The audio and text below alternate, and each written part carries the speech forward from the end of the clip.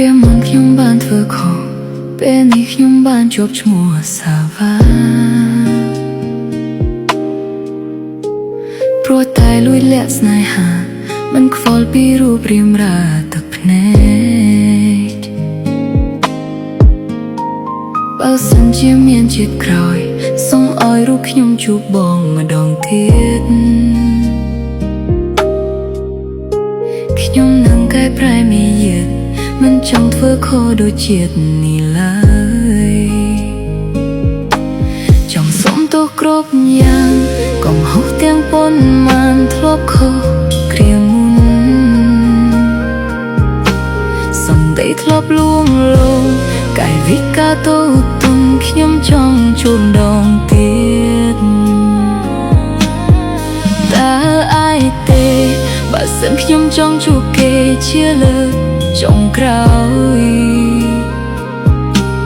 បើខ្ញុំបានជួបហើយ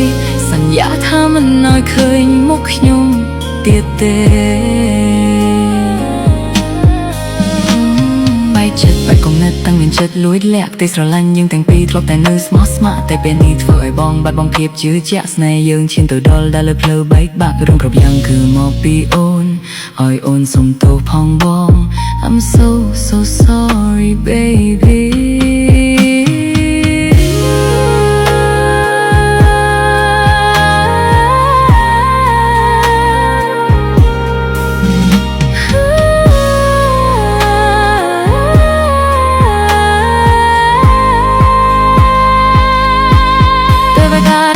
ខ្ញុំគឺជាអ្នកធ្វើ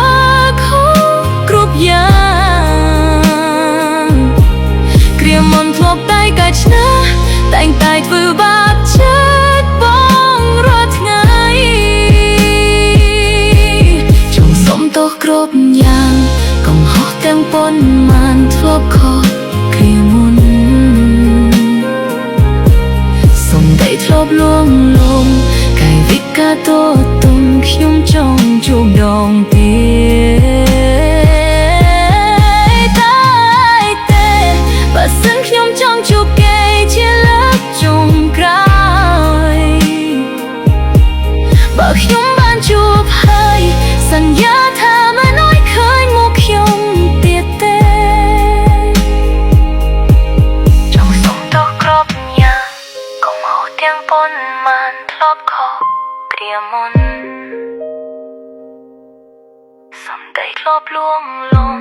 កាយវិការតូចទុនខ្ញុំចង់ជួបដងទៀតតែទេ